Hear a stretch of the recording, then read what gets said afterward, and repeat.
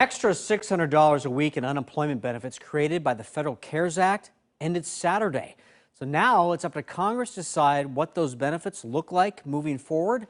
Coyne wants to know what this means for local workers. Our Lindsay Nadrich spoke with the acting director of the Oregon Employment Department just a little bit ago. So Lindsay, what do you have to say?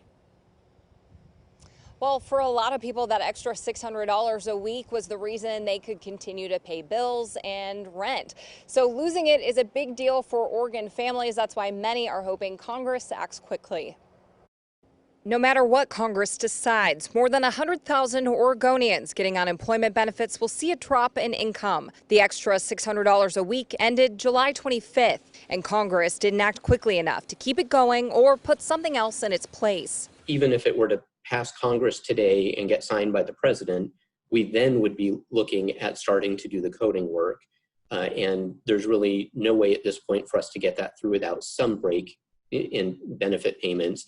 The HEROES Act, which is a $3 trillion coronavirus relief bill and stimulus package, was passed by the House in May. It includes extending the extra $600 benefit.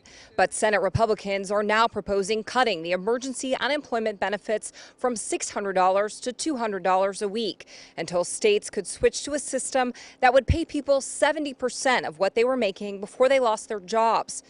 But implementing that kind of program would be a challenge for states like Oregon that are already facing major backlogs.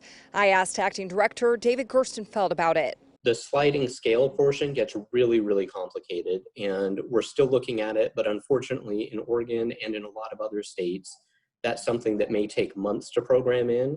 And during that time, it means that our folks wouldn't be able to be working on some of the other changes that we need to make. Like he said, Oregon isn't the only state that would struggle to implement a program that calculates benefits on a sliding scale.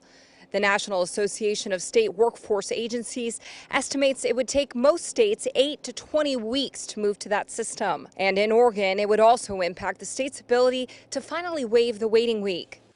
What I fear is that it really could impact our ability to work on the waiting week, because that is other work that has to be done in our computer systems. Well, Gerstenfeld says they can't work on waiving the waiting week if they have to implement a new system where each person's benefit amount is different.